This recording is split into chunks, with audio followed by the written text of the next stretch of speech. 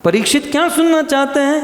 तो वे कहते हैं यदोश्च धर्मशीलस्य नितराम मुनि सत्तम तत्र अंशेन अवतीर्णस्य विष्णु वीर्याणि संशन। मैं तो कृष्ण कथा सुनना चाहता हूँ। अवतीर्य यदोर्वंशे भगवान भूत भावन कृतवान यानि विश्वात्मा तानि नः वद विस्तरात। अब मेरे जीवन में जितना समय बाकी है उस समय में मुझे कृष्ण कथा सुनाइए, क्योंकि जो कृष्ण मेरे पूर्वज मेरे बाप दादाओं की रक्षा किए, जो कृष्ण हमारी डूबती हुई नौका को उस महाभारत के रण संग्राम में बिल्कुल सेफली हमारे पांचों पांडवों को एक भी खरोच आए बिना उस दुरत्य सैन्य सागर से पार कर दिया, वे कृष्ण। और उसी कृष्ण ने मेरी माँ उत्तरा के गर्भ में रक्षा की थी। बड़ी कृपा है कृष्ण की हम पर, हमारे परिवार पर। तो कृपया करके आप कृष्ण की कथा सुनाइए। तो अब शुकदेव गोस्वामी भगवान श्री कृष्ण के जन्म और कर्म की कथा सुनाने जाए, तो हम भी कृष्ण के जन्म की कथा आज सुनेंगे और फिर कर्म की कथा सुनेंगे, बाल लीला कुमार लीला जितना भी बन सकता है। भूमि द्रुप्त नृप व्याज दैत्यानिक शतायुते आक्रांत भूरि भारेण ब्रह्माणं शरणं ययो ब्रह्माणं शरणं ययो। शुकदेव गोस्वामी कहते हैं कि हे परीक्षित, आपने बहुत सुंदर जिज्ञासा की है कि आप कृष्ण कथा सुनना चाहते हैं। इस संसार में उसी व्यक्ति की बुद्धि सबसे उत्तम है, सबसे श्रेष्ठ मानी गई है, जो व्यक्ति संसार के सभी कार्य को छोड़कर भगवत कथा सुनने की इच्छा करे। ये शुकदेव गोस्वामी कहते हैं, सम्यक व्यवस्थिता बुद्धि तव राजर्षि सत्तम। हे परीक्षित, आप सभी राजाओं में श्रेष्ठ हो, क्योंकि सम्यक व्यवस्थिता बुद्धि, आपकी बुद्धि जो है सम्यक कंप्लीटली जहाँ लगनी चाहिए वहाँ पर लगी हुई है। कैसे? वासुदेव कथायाम यत जाता नैष्ठ की रतिम। हे परीक्षित, आपने अपनी बुद्धि में वासुदेव भगवान कृष्ण की कथा श्रवण करने की जिज्ञासा की है, इच्छा प्रकट की है। यदि कोई व्यक्ति वासुदेव कृष्ण की कथा सुनने की इच्छा करता है, तो वासुदेव कथा प्रश्न पुनाति स्त्रीन पुनाति ही।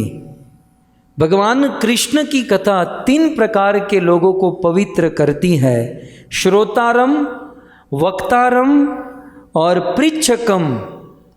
कथा को पूछने वाले, कथा की जिज्ञासा करने वाले, कृष्ण कथा सुनने वाले और कृष्ण कथा बोलने वाले, ये तीनों प्रकार के लोगों को कृष्ण कथा पवित्र करती है। कितनी पवित्र करती हैं? यत पाद सलिलम यथा। कृष्ण के चरणों से जो गंगा निकली है, माँ गंगा जितनी पवित्र है उतनी ही भगवान श्री कृष्ण की कथा श्रवण करने वाले को पवित्र कर देती है। और इसलिए मैं अवश्य आपको कृष्ण कथा सुनाऊंगा। और भागवत के अन्य स्कंद, भागवत के अन्य सब्जेक्ट विषयों का सार ही तो कृष्ण कथा है।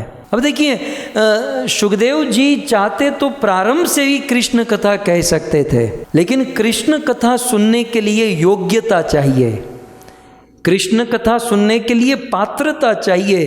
तो भागवत के पूर्व की कथा जो है पात्र बनाने के लिए है, जीवन में पात्रता लाने के लिए है। और जब पात्रता आ गई तो जीवन में एकमात्र सुनने लायक कृष्ण कथा है। तो अब कृष्ण कथा प्रारंभ करते हैं। कहते हैं, परीक्षित, द्वापर युग के अंत की बात है। द्वापर युग के अंत में कई सारे ऐसे क्षत्रिय राजा महाराजा हुए थे, तो क्षत्रिय, परंतु बुरी संगति में पड़ने के कारण, गलत संगति में फंसने के कारण वे आसुरी वृत्ति को प्राप्त हुए, आसुरी कार्य करने लगे और इसलिए संसार में अनेकों प्रकार की हिंसा करने लगे।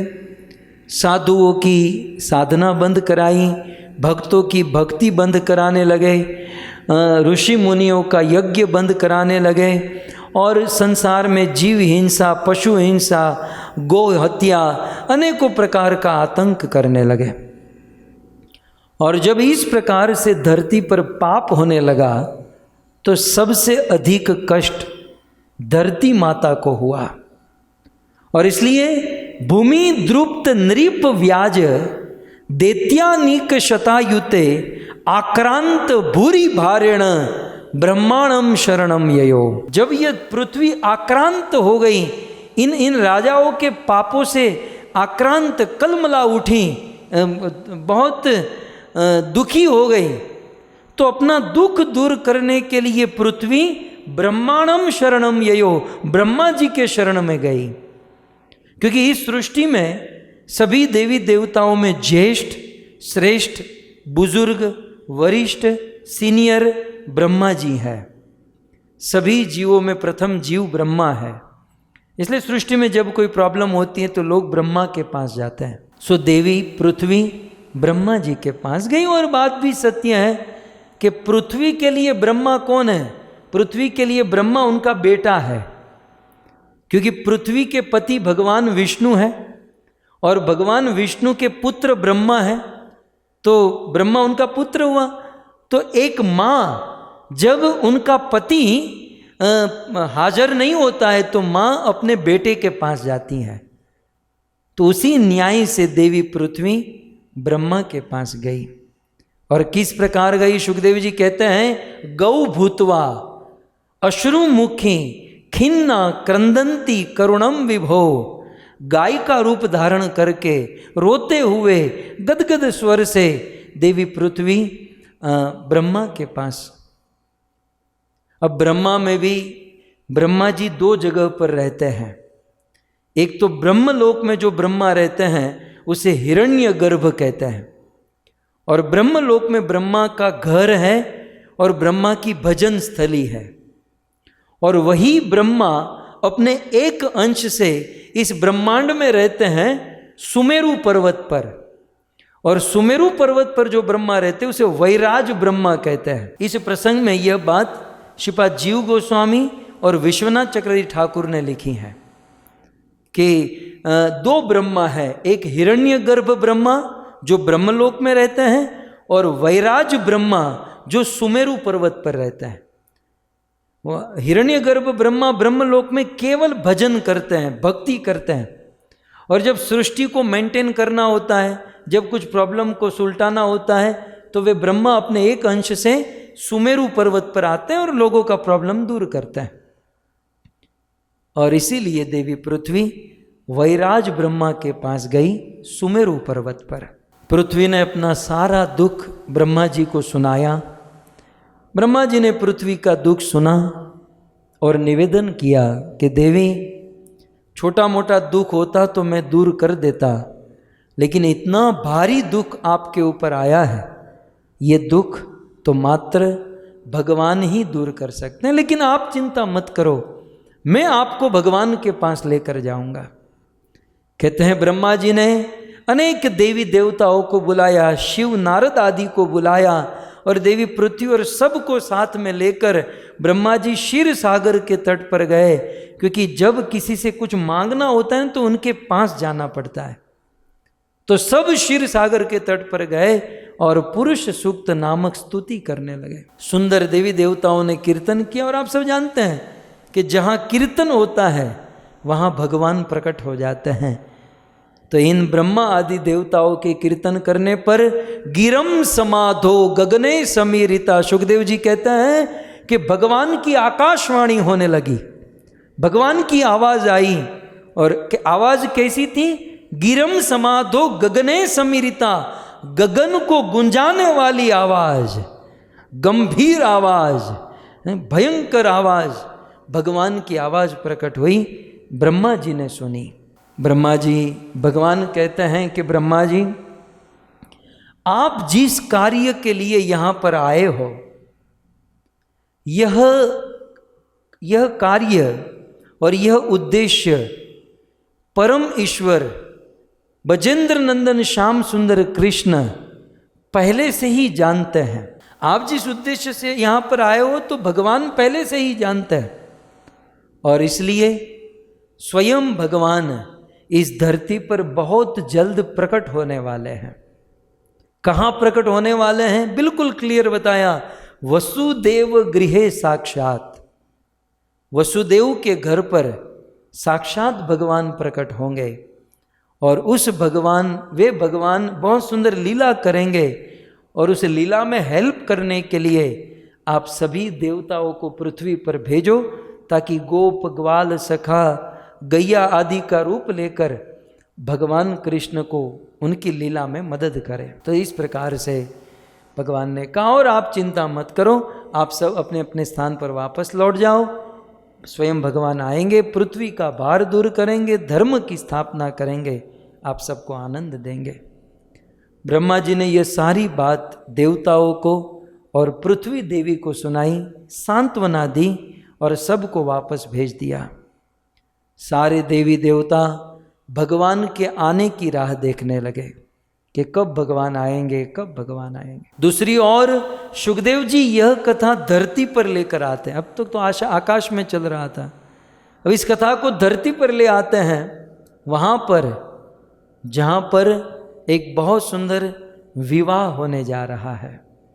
और ये विवाह मथुरा में रहने वाले राजा शूरसेन के पुत्र वसुदेव और उसी मथुरा में रहने वाले राजा देवक की सबसे छोटी बेटी देवकी, सो वसुदेव और देवकी का विवाह मथुरा में होने जा रहा है। हम लोग देखते हैं, जहाँ तक मेरी बुद्धि है, कि एक गांव में रहने वालों का विवाह नहीं होता, एक सरनेम वालों का विवाह नहीं होता, लेकिन यहाँ पर राजा देवक भी मथुरा के और शूरसेन भी मथुरा के, और मथुरा के ही रहने वाले लड़के का विवाह मथुरा की ही कन्या के साथ हुआ। कारण इतना था कि उन दिनों मथुरा नगरी बहुत समृद्ध हुआ करती थी। मथुरा में जन्म लेना, मथुरा में रहना, ये बहुत बड़े भाग्य की बात होती थी। और उन दिनों से लेकर 5000 वर्ष बीत गए, लेकिन आज भी मथुरा में कहावत है कि मथुरा की बेटी, मथुरा की गाय, करम फूटे तो बाहर जाए। मथुरा की गाय या मथुरा की बेटी के बहुत बहुत कर्म फूटे हो, तब उसकी शादी ब्याह बाहर होगा।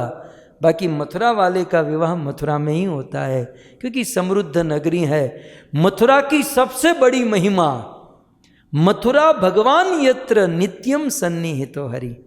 सुखदेव जी इसी प्रसंग में कहते हैं, राजधानी ततः साभूत सर्व यादव भूभुजाम।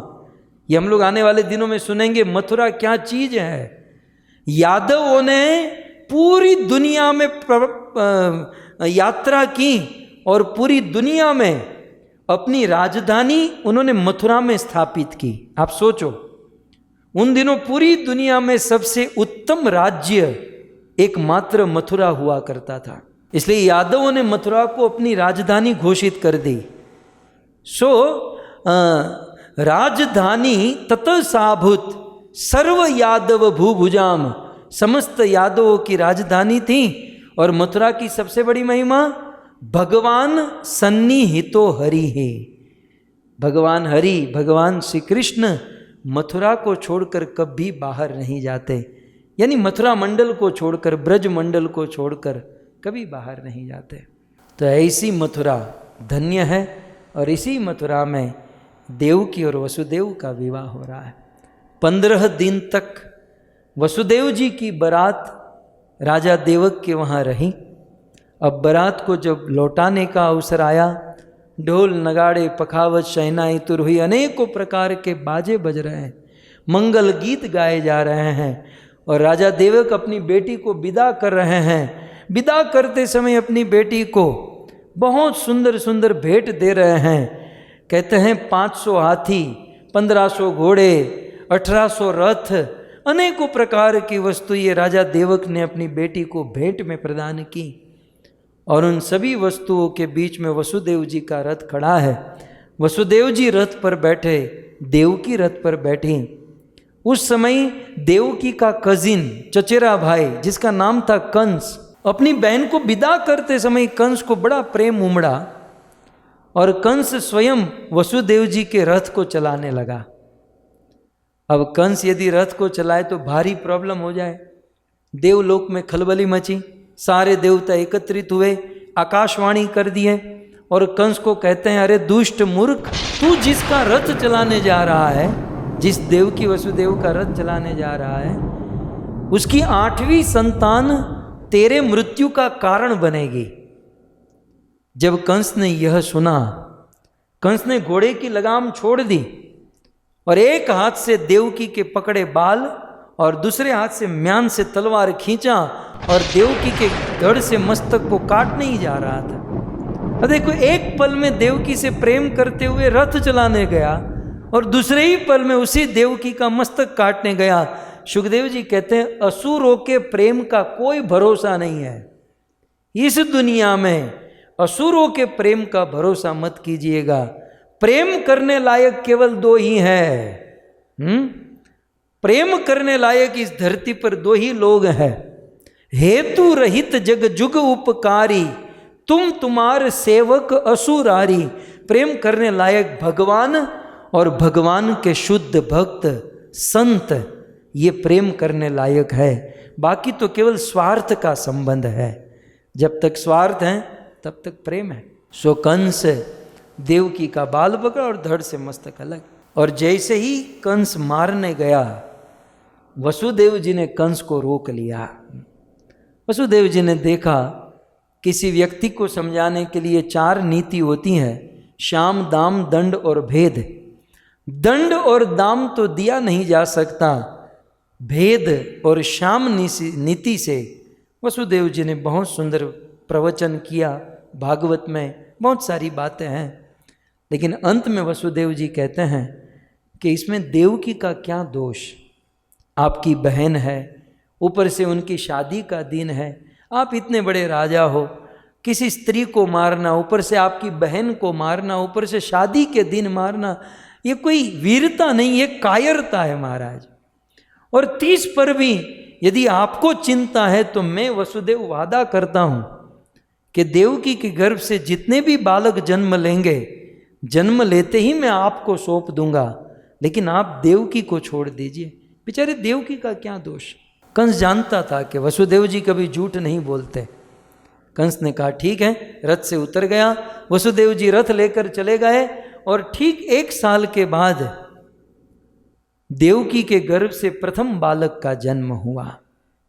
सुखदेव जी कहते हैं, कीर्तिमंतम प्रथमजम कंसाया आनक दुंदुभि अर्पया मास कृच्छन सनृताद अति विह्वल।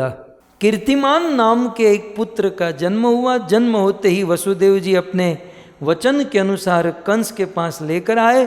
कंस ने एक दिन के बालक को जब देखा तो सोचा कि ये क्या मेरा बिगाड़ लेगा, ये बालक क्या मेरा बिगाड़ लेगा। और ऊपर से आकाशवाणी तो 8वें बालक की है। कहा वसुदेव इसे लेकर जाओ, जब 8वीं बालक होगी, 8वीं संतान, उसे मेरे पास लेकर आना।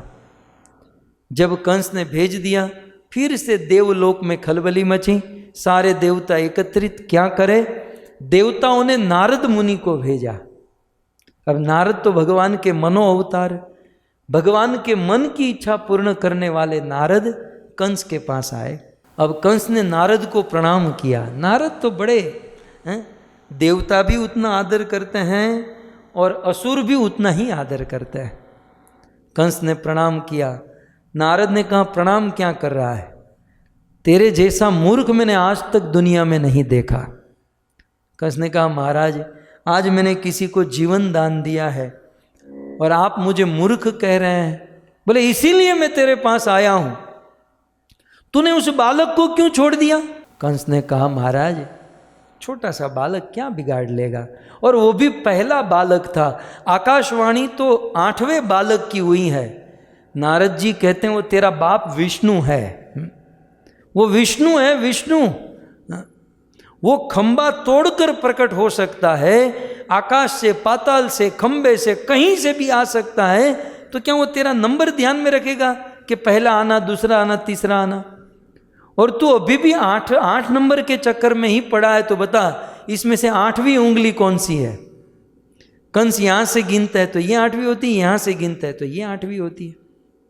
कंस ने सोचा कि पहला भी 8वां हो सकता है, 8वां भी 8वां हो सकता है। नारद मुनि अष्टदल कमल लेकर गए थे, एक कमल जिसमें 8 पंखड़ी थी। का इसमें 8वीं पंखड़ी कौन सी है बता? तो ऐसे गोल गोल करके गिनता है तो ये भी 8वीं, ये भी 8वीं, ये भी 8वीं। कंस के दिमाग की खिड़की खुल गई, बोले ये तो कोई भी 8वां हो सकता है। कंस ने अपने अनुचर को आदेश दिया, जाओ वसुदेव, देवकी और उनके पुत्र तीनों को लेकर आओ, कारागार में बंद करो। कंस के पिता उग्रसेन ने कहा, बेटा ऐसा नहीं करते, ऐसा नहीं करना, ये मेरे बाप को भी कारागार में बंद करो। सबको होलसेल में कारागार में डाला कंस ने, सबको कारागार में।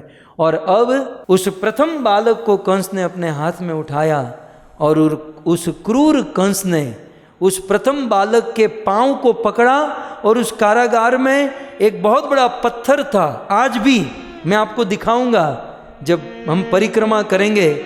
आज भी मथुरा में कारागार में वह शिला है, उस शिला पर जोर से पटका, बालक की मृत्यु हो गई। देवकी के प्रथम पुत्र को मार दिया। कुछ समय के बाद मां देवकी को दूसरे पुत्र की प्राप्ति हुई। कंस ने दूसरे पुत्र का भी वध कर दिया। तीसरे पुत्र का जन्म हुआ, तीसरा, चौथा, 5वां, 6ठा, ऐसे करते करते कंस माता देवकी के 6 पुत्र का वध कर दिया। और अब मां देवकी के हृदय में बड़ा कष्ट, बड़ा दुख। 6 पुत्र जिसके मारे गए हो अपने आंखों के सामने, कितना कष्ट। ये दुख बलराम जी से नहीं देखा गया, और इसलिए मां देवकी के गर्भ में 7वें पुत्र के रूप में बलराम प्रकट हुए।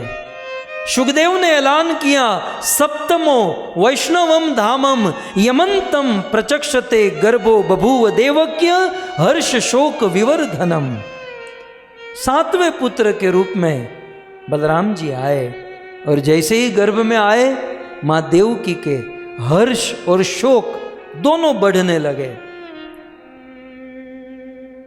और उसी समय भगवान विष्णु ने योग माया दुर्गा देवी को बुलाया और कहा कि ये 7वां बालक जो देवकी के गर्भ में है, सुरक्षित रूप से गर्भ से निकालकर रोहिणी के गर्भ में ट्रांसफर कर दो, और उससे मैं तुम्हें आशीर्वाद दूंगा कि तुम्हारी कलयुग में बहुत पूजा होगी।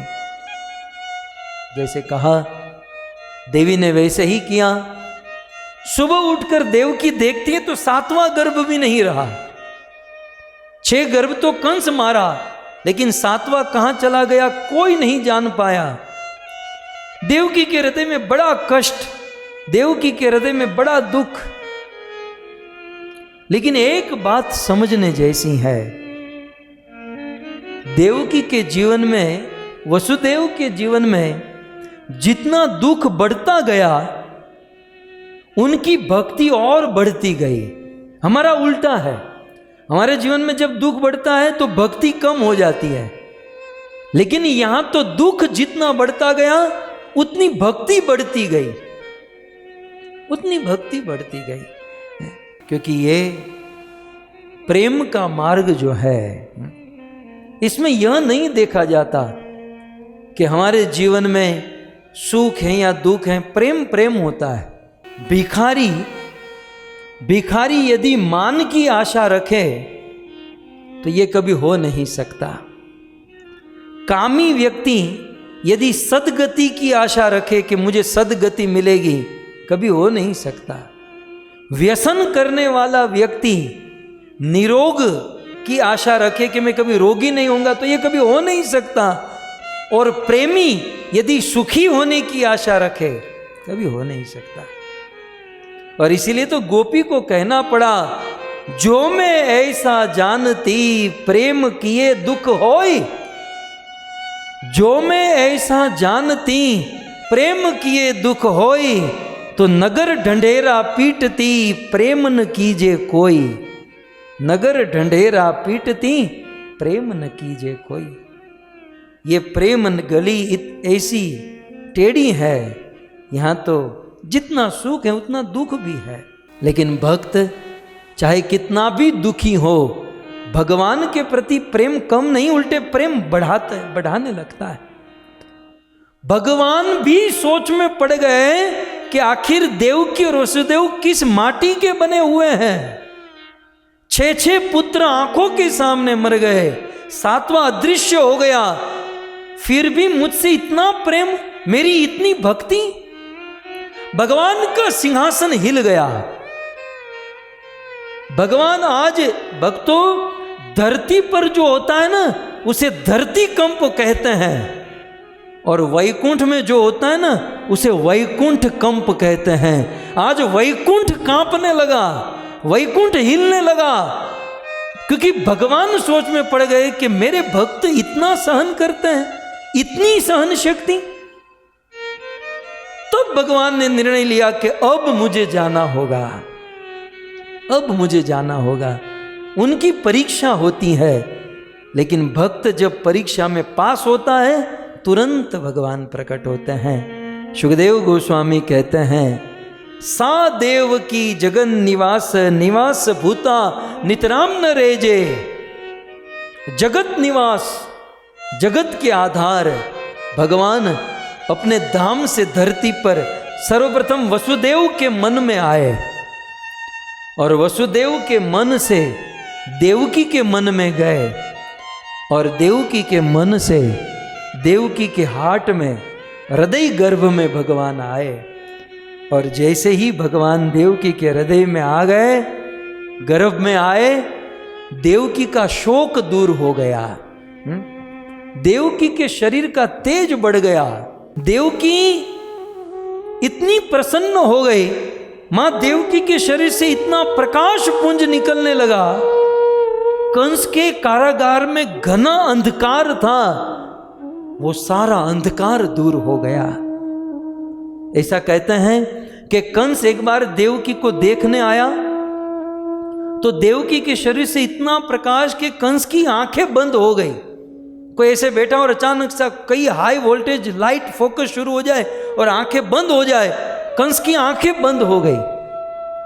और कंस समझ गया कि मुझे मारने वाला मेरा काल, मेरी मौत इस देवकी के गर्भ में आ चुकी है। और जब से कंस को यह पता चला, इस प्लेटफॉर्म पर कंस जब पहुंचा कि मेरी मौत आ चुकी है देवकी के गर्भ में, कंस का जीना मरना हराम हो गया। वह भोजन करे तो रोटी सब्जी में विष्णु दिखाई दे, बोले खाऊंगा तो अंदर जाकर फाड़ देगा। पानी पीने जाए तो पानी में विष्णु, सोने जाए तो बिस्तर में विष्णु, यहां वहां सब जगह पर विष्णु ही विष्णु। और दूसरी ओर धीरे धीरे धीरे मां देवकी का गर्भ बढ़ने लगा। जब 9 महीने बीते, यह बात ब्रह्मा को पता चली कि अखिल ब्रह्मांड नायक जगत निवास भगवान कृष्ण माता देवकी के गर्भ से प्रकट होने वाले हैं। तो ब्रह्मा जी, शिव जी, नारद और समस्त देवी देवताओं को लेकर उस कंस के कारागार में आए स्तुति करने के लिए, और बहुत सुंदर भगवान को स्तुति करने लगे। आइए हम भी चंद पद में इन देवताओं के साथ भगवान की यह सुंदर स्तुति करें और भगवान को बिरदाए।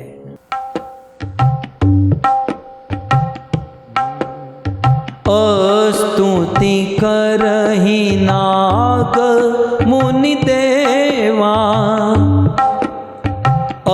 स्तुति करहि नाग मुनि देवा।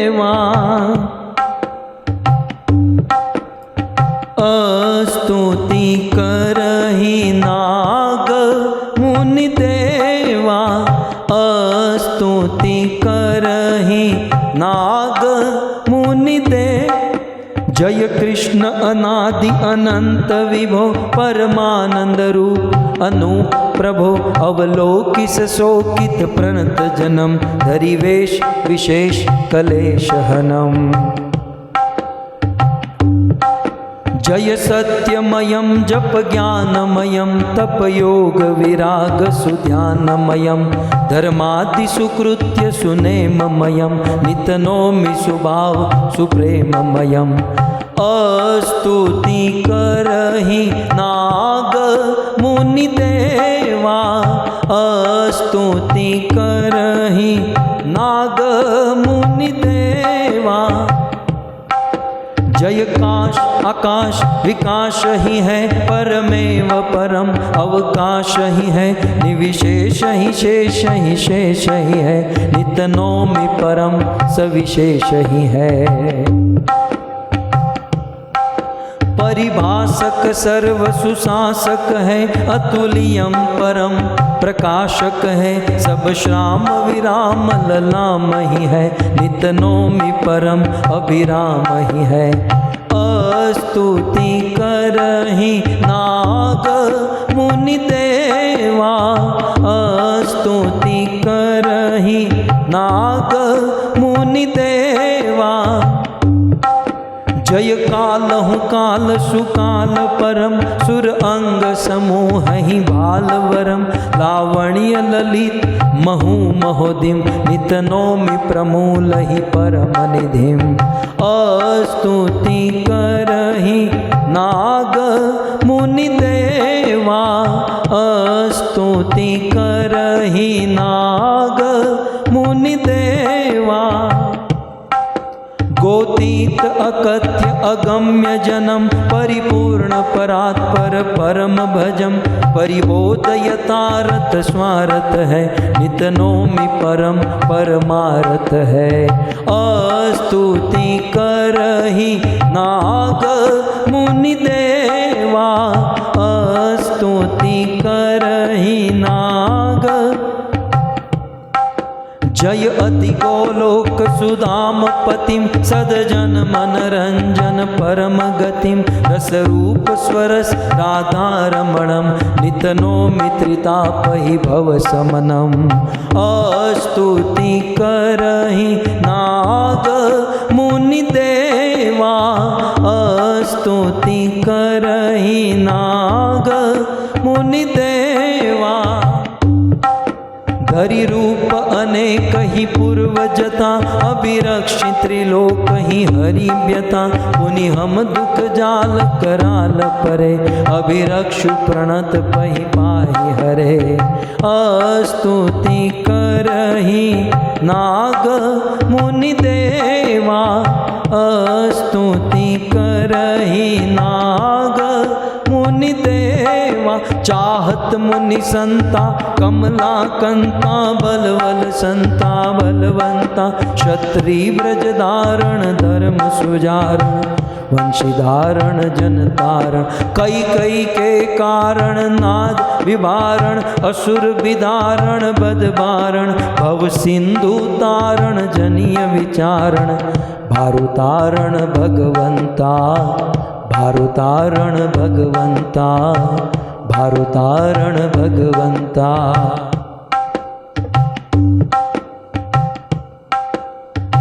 भगवान जब समस्त देवी देवता स्तुति करने लगे और स्तुति करके सभी देवी देवता वापस लौटे, और यहाँ पर भगवान परित्राणाय साधु नाम, साधुओं की रक्षा करने के लिए, विनाशाय च दुष्कृताम, दुष्टों का विनाश करने के लिए, और धर्म संस्थापनार्थाय, और धर्म की स्थापना करने के लिए जब भगवान ने सोचा, निर्णय लिया कि अब मैं प्रकट होने वाला हूं। भगवान ने जैसे ही प्रकट होने का निर्णय लिया, सुखदेव गोस्वामी कहते हैं उसी समय ये काल सभी गुणों को लेकर विभूषित हो गया। मंद मंद सुगंधित हवा बहने लगी, आकाश के ग्रह नक्षत्र तारे शांत हो गए, दिशाएं स्वच्छ और प्रसन्न होने लगी, आकाश में तारे जगमगाने लगे, पृथ्वी के बड़े बड़े नगर गांव बस्तियां कहते हैं हीरो की खानों से भर गई। इतना ही नहीं, कंस आदि असुरों के अत्याचार से वृक्षों ने फल फूल देना बंद कर दिया था, लेकिन वृक्षों ने देखा कि हमारे ईश्वर, हमारे प्रभु भगवान प्रकट होने वाले हैं। यह पता चलते ही वृक्षों पर सुंदर फल फूल उगने लगे। नदियों के जल सूख गए थे, लेकिन भगवान प्रकट होने वाले हैं पता चलते ही नदियों में बाढ़ आने लगी, नदियों के जल निर्मल हुए, पक्षियों और भौरों का समूह गूंजने लगा, दुष्टों के मन में क्षोभ होने लगा, साधु संतों के मन में आनंद होने लगा। ब्राह्मणों की अग्नियां कई वर्षों से बुझ चुकी थी, आज ब्राह्मणों की अग्नियां अपने आप प्रज्वलित होने लगी और स्वर्ग में दुंदुभी बजने लगी, किन्नर और गंधर्व गाने लगे, अप्सराएं नाचने लगी, देवता ऋषि आनंद में भरकर हरि बोल की ध्वनि करने लगे और भगवान श्री कृष्ण के आने की राह देखने लगे। और उसी समय आकाश में बादल गरजने लगे और मंद मंद वर्षा होने लगी। आषाढ़ उचारम में घमलारम बनी बहारम जलधारम, आषाढ़ उचारम में घमलारम बनी बहारम जलधारम, दादुर डकारम मयूर पुकारम, तड़िया तारम विस्तारम, नानही संभारम प्यास अपारम, नंद कुमारम निरख्यारी,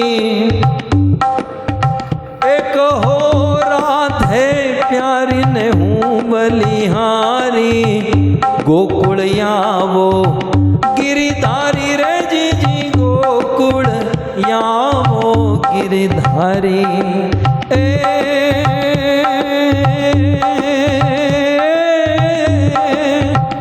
ब्रिज की सब बाला रूप रसाला, ब्रिज की सब बाला रूप रसाला, करी बेहाला नंद लाला,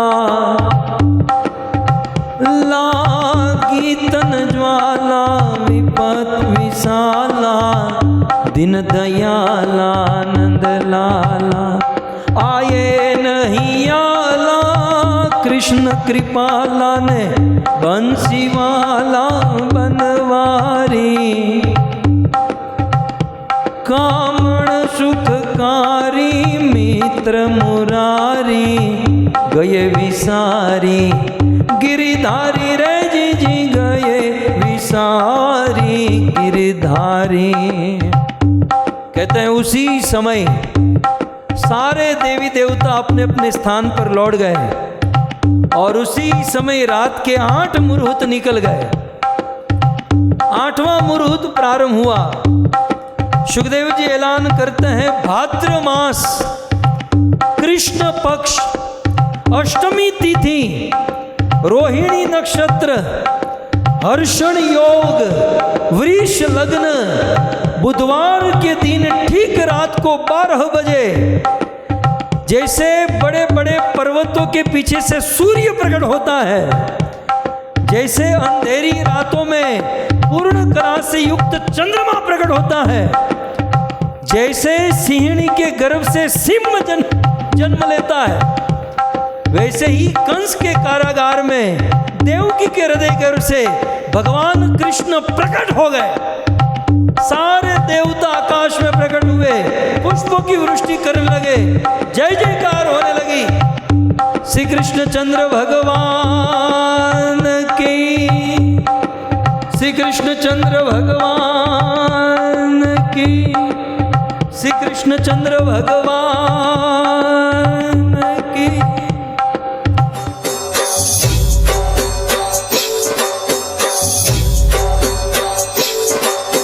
नंद के घेरा नंद भयो, जय कन्हैया लाल की।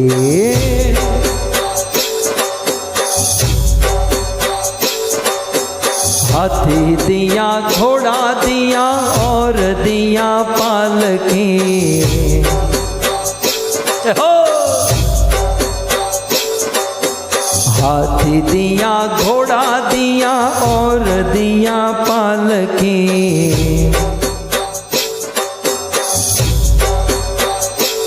आनंद के घेरा नंद भयो जय कन्हैया लाल की। नंद के घेरा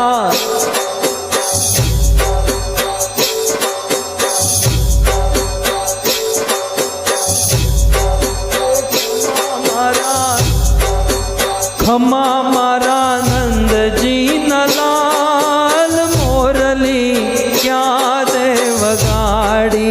खमा मारा हे खमा मारा, खमा मारा नंद जी नलाल मोरली क्या रे वगा।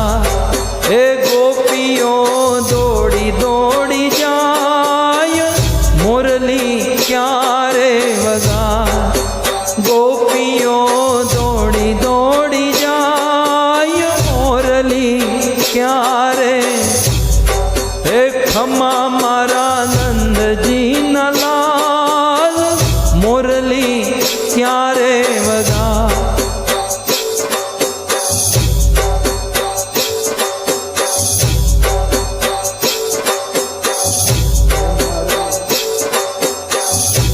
मारू वन रावण छे रूडू वैकुंठ नहीं रे आव। मारू रूडू छे वन रावण वैकुंठ नहीं रे।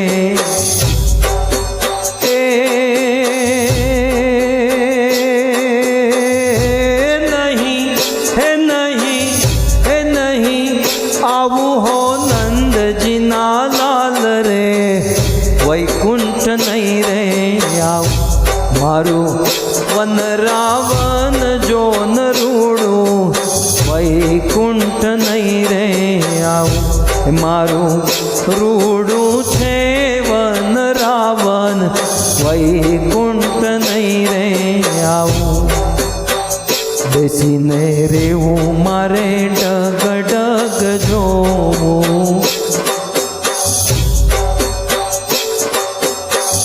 बेसीने रेवू मारे डग डग जोवू।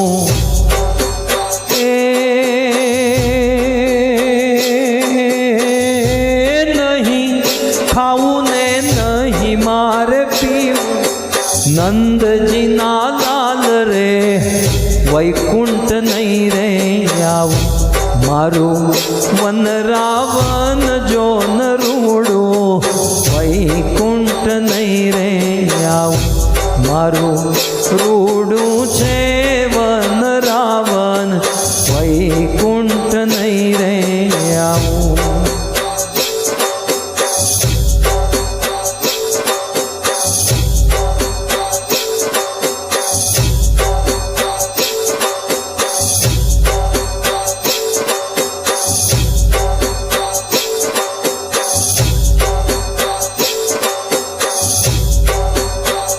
कान्हा ने नोतरू दीधू रे गोपी पान भूली गई। कान्हा ने नोतरू गोपी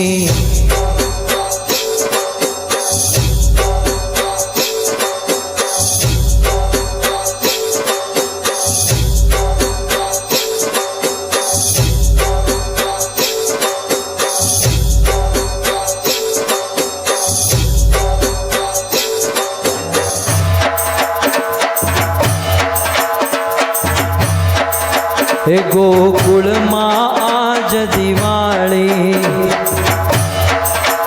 गोकुल माँ आज दिवाली प्रकट थया वनमाली।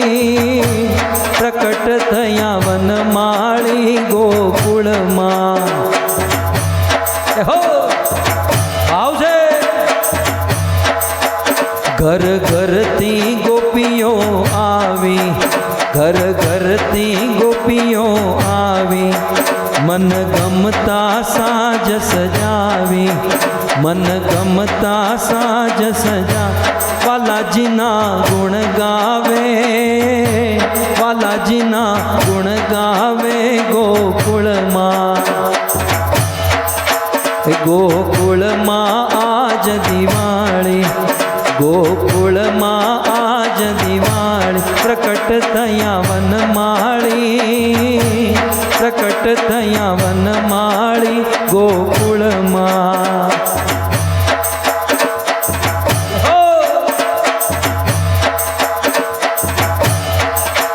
नाचे ने कूदे गोवाड़ो, नाचे ने कूदे गोवाड़ो, इने हये हर खन मायो, इने हये हर खन मायो। निरखवाने नंद लालो, निरखवाने नंद लालो गोकुल मां।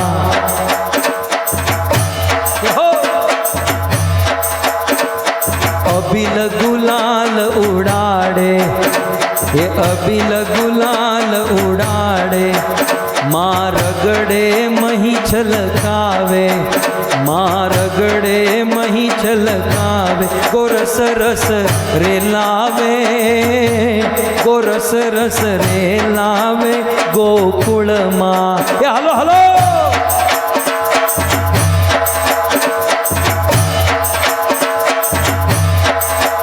नंदराय तणा दरबारे, नंदराय तणा दरबारे, त्या भीड़ भराई भारे, त्या भीड़ भराई भारे। भुवन जय जयकारे, भुवन जय जयकारे गोकुल मां। गोकुल मां आज दिवाળી, गोकुल मां आज दिवाળી, प्रकट थया वनमाળી, प्रकट थया वनमाળી गोकुल मां। हालो हालो भाव से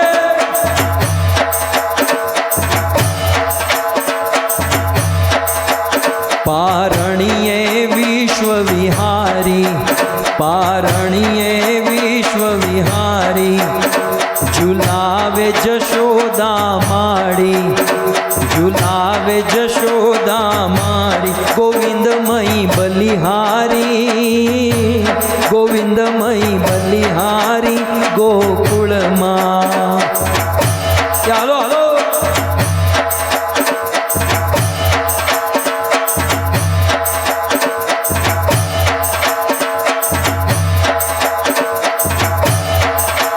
गोकुल मां आज दिवाળી, प्रकट थया वनमाળી, प्रकट थया वनमाળી गोकुल मां। 1 2 3 स्टार्ट।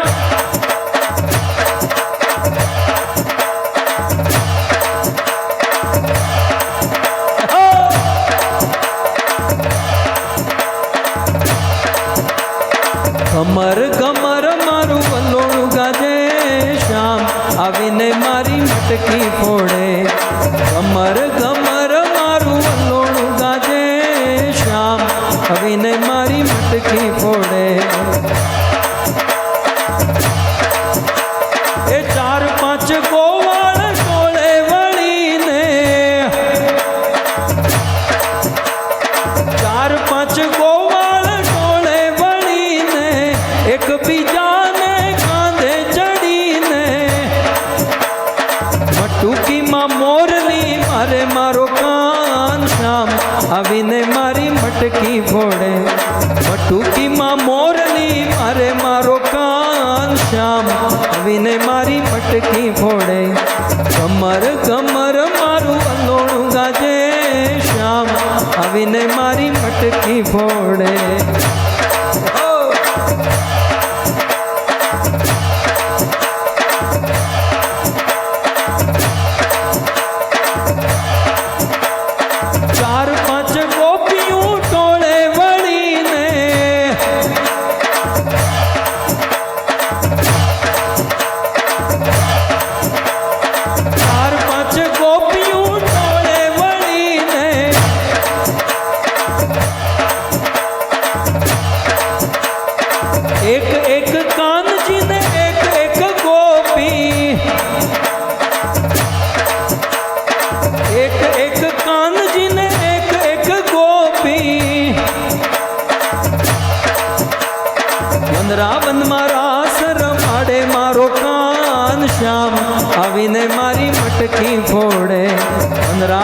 રાસ રમાડે મારો કાન શ્યામ આવીને મારી મટકી ફોડે કમર કમર મારું વલોણું ગાજે શ્યામ આવીને મારી મટકી ફોડે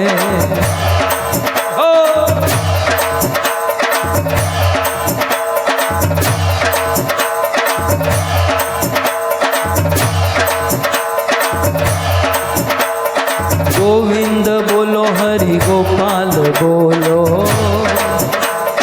गोविंद बोलो हरि गोविंद बोलो हरि गोपाल बोलो गोविंद बोलो हरि गोपाल बोलो गोविंद बोलो गोपाल बोलो गोविंद बोलो गोपाल बोलो राधा रमण हरि गोविंद बोलो